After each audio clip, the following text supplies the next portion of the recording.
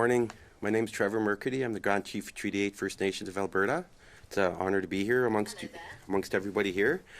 We are here because we have issues up in Alberta, Northern Alberta specifically, when we talk about Treaty 8. There's been discussions around the Alberta-Canada MOU in which we haven't been privy to. We haven't been communicated with. There's no consultation. And we see a direct infringement on our treaty rights when we talk about how we're supposed to be dealt with in our territories. As we know, the recently announced Canada-Alberta MOU and pipeline initiative were done with zero consultation, zero notice, and zero involvement of the First Nations of Treaty 8. This is a breach of our Treaty Number 8, a breach of Canada's constitutional obligations, and a breach of the honour of the Crown.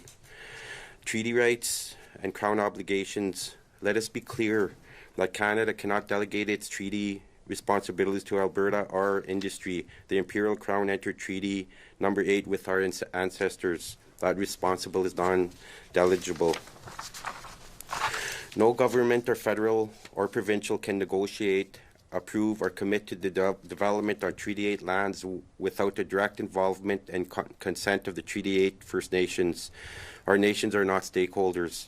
We are rights holders with sovereignty, jurisdiction, and authority over our lands and waters. Canada and Alberta announced the MOU and the pipeline affecting our treaty territory without informing the nations.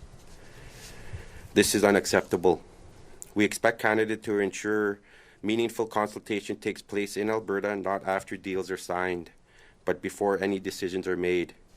We are asking Canada to stop turning a blind eye to how Alberta and industry operate in our territory. Ottawa must pay attention. Ottawa must insist on proper lawful consultation. The Prime Minister committed this to us at the Prime Minister's Summit in Ottawa past July, yet we haven't seen the words put into action. For years, Alberta and industry have made decisions on our lands with minimal or no engagement. This must end. Canada has a duty to monitor and ensure that Alberta does not bypass treaty rights, jurisdiction, or consent.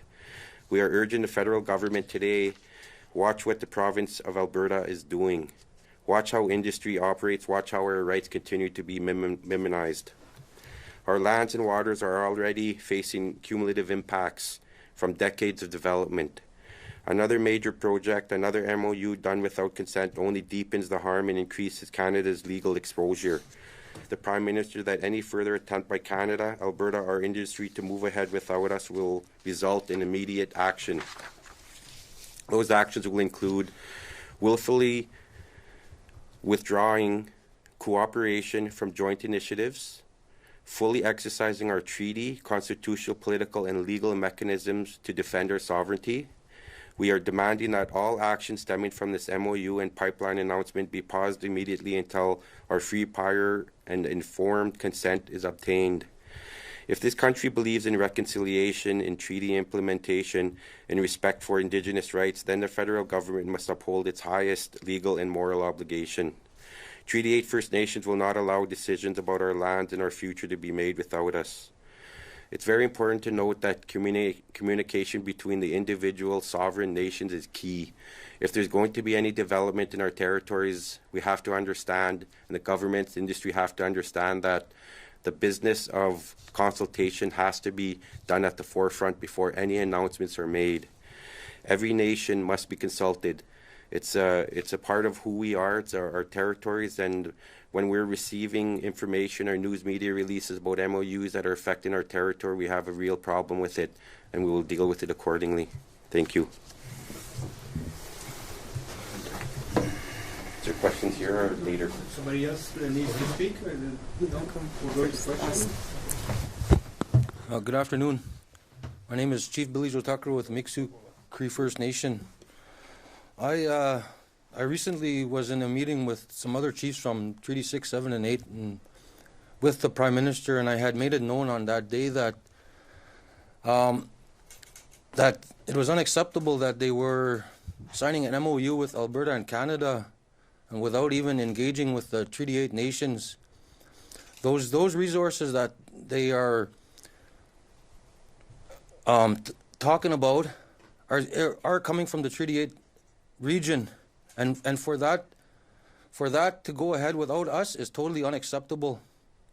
We have a lot of outstanding issues in the northern region of Alberta, and one of the main reasons is the treat and release.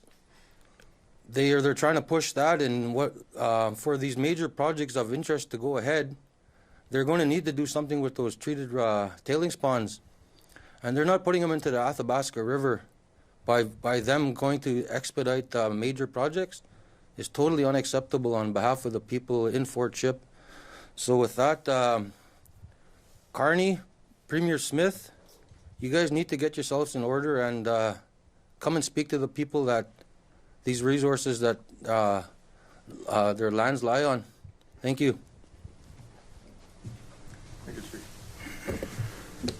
Good morning, everyone. My name is Sheldon Sunshine. I'm Chief of Sturgeon Lake Cree Nation Treaty 8 Territory. And I just want to speak to the recent MOU and how it's problematic for our people.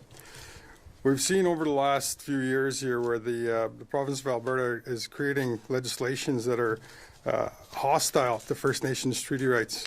And when we're talking about development and the impacts it's going to have on the environment, whether it's water or all the resources that they're talking about, like Chief said, it's coming out of our territory. And dealing with some of the impacts health-wise, and we see the devastation out in the territories. You know, we have the abandoned wells issue, and it's just increasing. So when you're talking about creating an MOU to fast-track some of these projects, it's going to fast-track the demise of our people. So that's why when we hear about this MOU, and we want to be consulted first and foremost before anything happens. And you know, we're not against development. What we want is participation, inclusion at the forefront, so that we could have our concerns mitigated, and then maybe support some of these projects if our concerns are mitigated. And yeah, I'll leave it there. Thank you. Hello, my name is Terry Villeburn. I'm acting chief for the Athabasca Chipewyan First Nation. I'm glad to be on the territory of the Anishinaabe and Algonquin. Thank you, Treaty 8 Grand Chief Trevor Mercady and our other chiefs for their remarks. On behalf of the Athabasca Chipewyan First Nation, we want to say to the Prime Minister Carney that we say no. No to increasing production of tar sands by 100 million barrels a day. No to increasing toxic tailings in our backyard. No to lifting the tanker ban on the West Coast, and no to Pathways carbon capture, and no to the MOU within Alberta. We stand in solidarity with the Coastal First Nations, and Prime Minister Carney would have known this if he had bothered consulting us. Our treaty is not a bargaining chip for you to sell out Canada. All of Alberta is treaty land, and you can't have an agreement with Alberta that excludes us. We who are standing here today have stopped Alberta from separating, and we will stop this MOU from being enacted. Masicho. Is there any questions for? Yeah, First Nation, BNN News. The Prime Minister keeps saying that none of these projects will go forward, that's just setting the groundwork. Close off and after announcement has been made without consultation, as you say. Do you take him at his word that the government will not let these go forward without consent? Well, Prime Minister Carney and the province have to understand that things have to be done fundamentally different from the past. And when the nations talk about being communicated with or consulted, it's very important that before these announcements are made, that the governments reach out to the individual nations and at least make them aware of the public MOUs and all these deals that are being made without our people at the table. And why that's important is because, as the chief said, that the resources are coming from Treaty 8 territory. The impacts are in Treaty 8 territory. There's many cumulative impacts that are not dealt with responsibly today in Alberta. When we talk about the orphan wells, we talk about the tailings, we talk about logging and land sales and all these things. It's really that Alberta is out of control. And it's up to us to keep Alberta in control and making sure that they adhere to the duty to consult and make sure that our nations are fully consulted right from the start of these projects so we could avoid these issues. If they would have reached out and talked to each and every nation like they should, we would be avoiding this problem because they would understand our issues and find a way to move forward. So, we're really looking for that communication to be ramped up. We do push at every level to make sure that initiative is spoken about when we talk about communication and how important it is. Now, that's my next question, as I know that after the fact, of course, they've committed to meetings with the Coastal First Nations and BC government. You met with him, a couple of you met with him last week. Did you get a commitment that he plans to do a broader consultation with the Alberta First Nations? Well, what we've been pushing for a number of months now is to have a direct conversation with our chiefs of Treaty 8 and Prime Minister Carney to deal with these issues. So what we're looking for is meetings for them to beef up the regulatory processes within Alberta when we talk about water and releases and these types of other issues that we're facing, because we can't really move forward in a good way when the cumulative impacts and the impacts of industry are still there and present and not being taken care of today.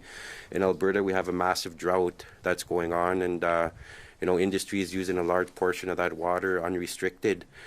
We have MOUs and legislation coming forward from Premier Smith and the UCP that is, like Chief Sunshine had mentioned, it's very hostile to our people. So we're looking for a way forward. However, it has to be on our terms and be respectful of what our people are looking for. And did they seem open to that, or planning something like that? Yeah, they're always open to communicating. However, we haven't nailed down a date yet, and we're looking for a meeting with him in the new year. Natasha Malowski, Canada's National Observer. Just on, you mentioned concerns about resources, including water.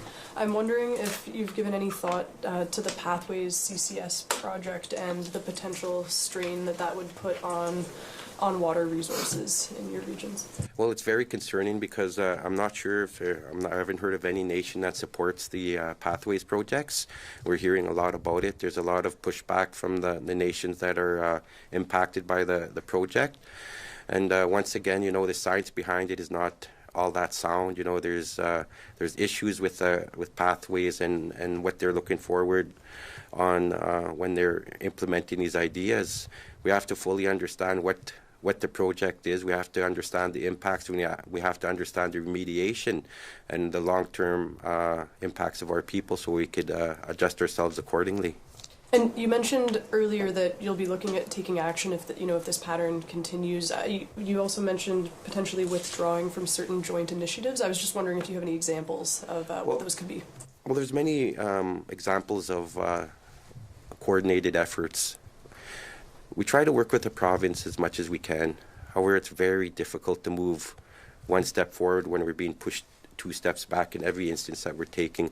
So the relationship with the province of Alberta hasn't been very, very productive. It's just when we have the UCP and Daniel Smith consistently and constantly pushing back on the rights of our people and telling us that if we don't like it, maybe we should litigate. That's what we'll do. So that's some things that we're really looking at is preparing ourselves for litigation, preparing ourselves for political activism, and also getting our grassroots people aware of the issues that we're facing so we could also look at that. And a question for everyone. I mean, there's been a lot of talk, especially at the federal level, about trying to advance equity, ownership, things like that when it comes to major projects to try and, make sure that there's benefits for First Nations and Indigenous communities. I know that it's tough when there aren't necessarily specific proposals, but I'm just wondering for each of you how an equity proposal would potentially change things or shape how you're approaching projects.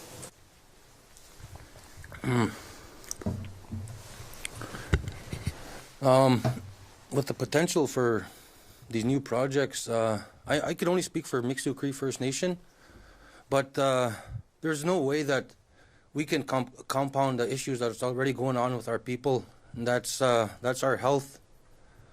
Since 93 to 2022, we've had 149 cases of cancer in our community, and we've also had some of the rarest forms of cancer. And we haven't received the data from 2022 to current AHS hasn't provided that to us, and I'm seeing a direct link with the Imperial incident of 2022, because there's been a big influx of, I would say, closer to 60 more people been diagnosed since I've been the chief. So there's no way that I could stand. Let's add to this issue, because I'm going to ask each and every one of you guys and the rest of Canada, if your house is on fire, would you add more wood to it? There's no way. We need to fix what's going on in northern Alberta right now. Daniel Smith's aware of this. Industry is aware of this. Carney is aware of this. We need to fix the health problem in my community, and that's by our people seeing adequate physicians in an adequate time period, not 4 or 5 months behind when they're being diagnosed with third or fourth stage cancer. It's totally unacceptable. We need to fix what's broken now, and I've told Carney this many times. I've told Daniel Smith this too. We need to fix what's broken about going forward, but it's got to be collectively and consulted with each individual nation. There's no way one or two nations can speak on the collective of each and every one of us. Thank you. Thank you.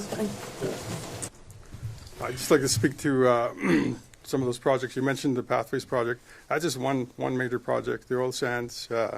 We got talk of data centers, lithium projects, lithium deposits, and all of those things have huge impacts. You know, the issues that they're facing up in Mikisew, some of these projects that are going to continue in the fashion that they are with the legislations that are being developed in Alberta, as well as the C5, where they're going to fast track consultation and all those things.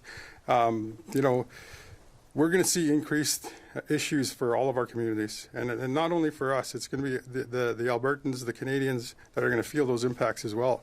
So when you talk about the equity portion, really that is not reconciliation. That's buying into a project and project specific, and you might get benefits for whatever amount of time those projects are enacted, whether it's through procurement or what have you.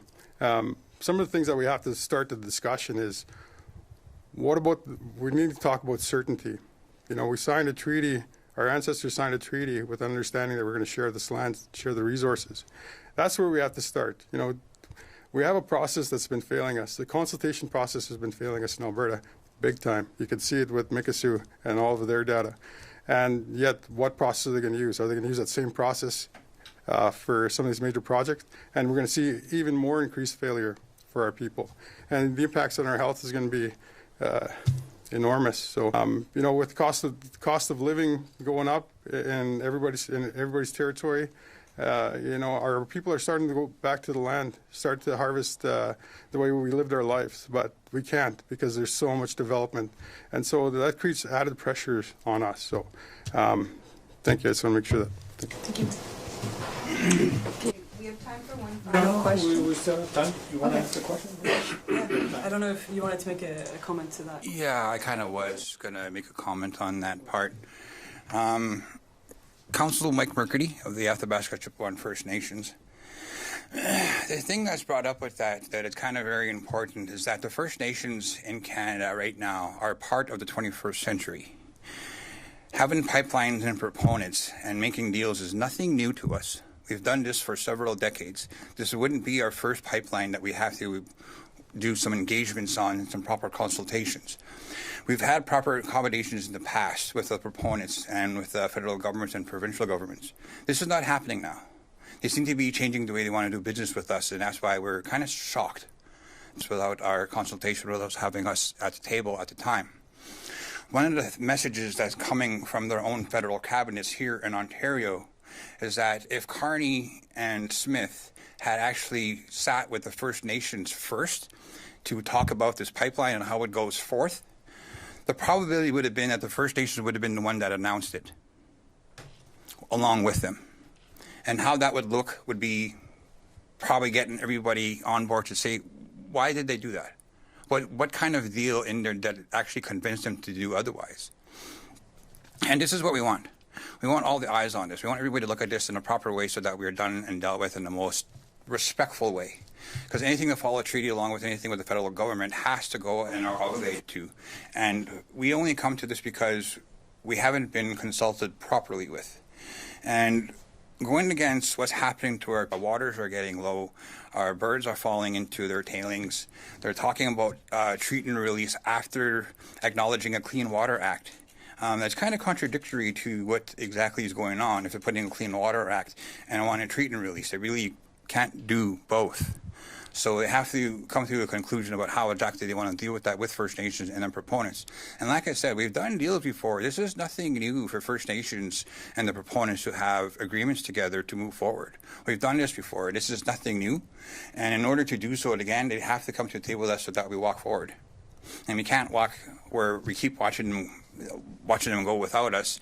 Causes us to kind of stand here and come to the nation's capital to make our statements like this in hopes that the general public sees that we do want to be part of the 21st century and the rest of Canada's walk forward.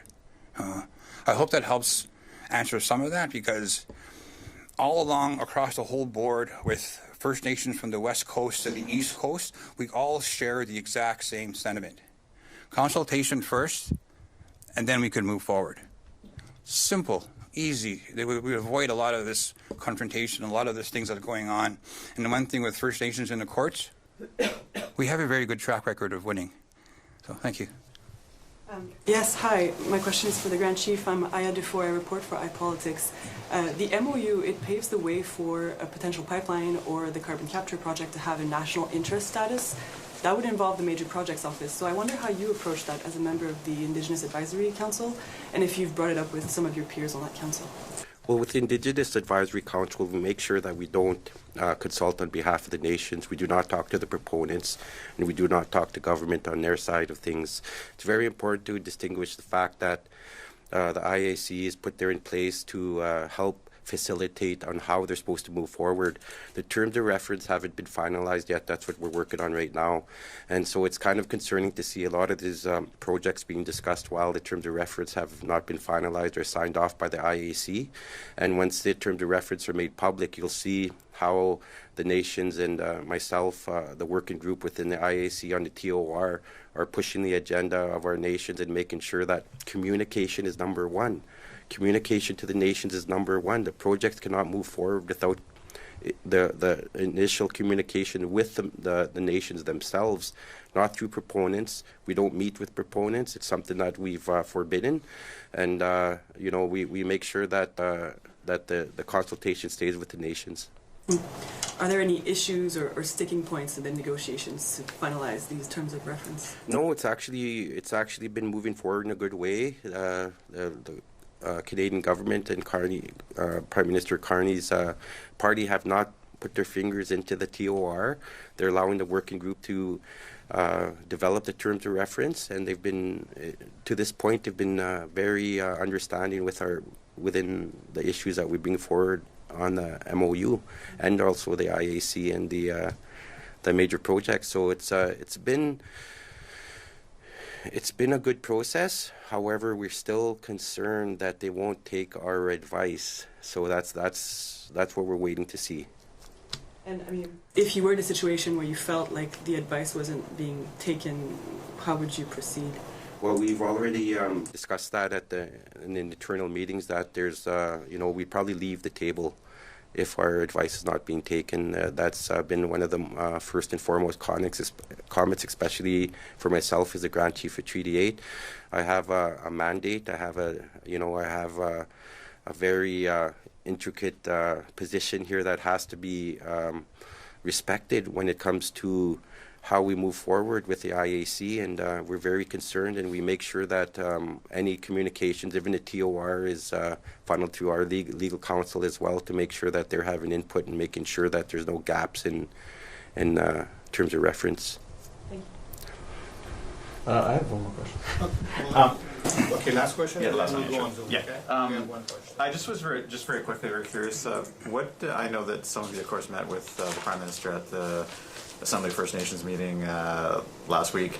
It wasn't on the agenda, so I'm very curious as what did you have to do to get that meeting? Well, most of the AFNs, they do have a time slot for the Prime Minister at some point in the Assembly. A lot of times it's at the end of the assembly. A lot of times it's at the beginning of the assembly. However, we're not afforded the agenda on exactly when he'll be there and how long he'll be there. So it creates some issues within our chiefs that would like to have some discussion with him, or at least bring some points forward. And when we have a time slot of an hour, and we listen to delegates, whoever speaking and, you know, talking, we it doesn't leave too much room for our chiefs to bring their issues forward. So we're looking at, you know, changing some of the ways that AFN does things to respect the chiefs a little bit more when they come from across the country to have their issues heard. Okay, we'll go for one question on Zoom. Okay. Alicia, the floor is yours.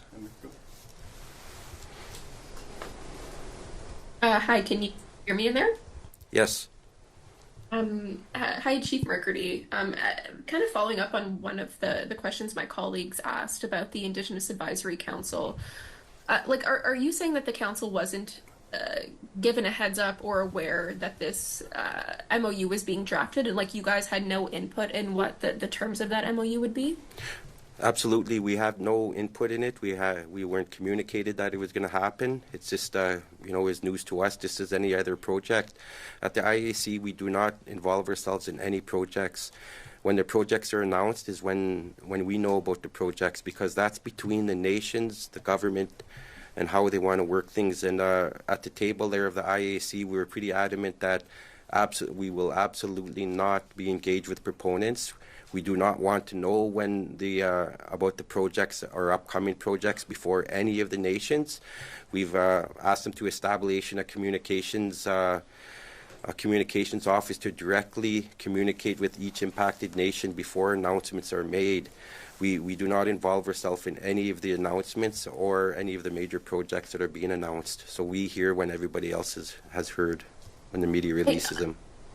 On that then, like, I'm just curious about what the role of the Indigenous Advisory Council is then. Like, I know that the Prime Minister has said, you know, this isn't going to sidestep consultations with affected nations, but like, did they not reach out and say, hey, are we going about signing this MOU the right way? What terms should we include on consultation in here? Like, I'm just wondering about what the role of the IAC is, if not to make things smoother. Well, the role of the IAC is to advise the federal government on how to work with the nations, and we've been putting that forward in the terms of reference. However, as stated earlier, that the terms of reference haven't been finalized, they haven't been signed off, and each member of the IAC has to sign off on that terms of reference. So it's important to know that you know, when they made the announcement, it you know, a lot of I guess people or organizations are looking at it as like it's a part of the IAC or the MPO. Well, we weren't aware of it. Really, the MOU between Alberta and Canada, between themselves on moving certain projects forward. We were not aware of the discussion. We were not aware of how they would like to move it forward. All I can say is that we're very concerned that they made the announcement without the nations of Treaty 8 involved. Okay, that's all the time we have. So that's conclude the press conference. Thank you. Merci. Thank you.